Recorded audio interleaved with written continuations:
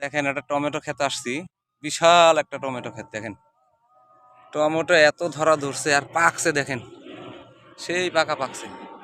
Colour দেখেন, সেই colour, এত সুন্দর পরিবেশ।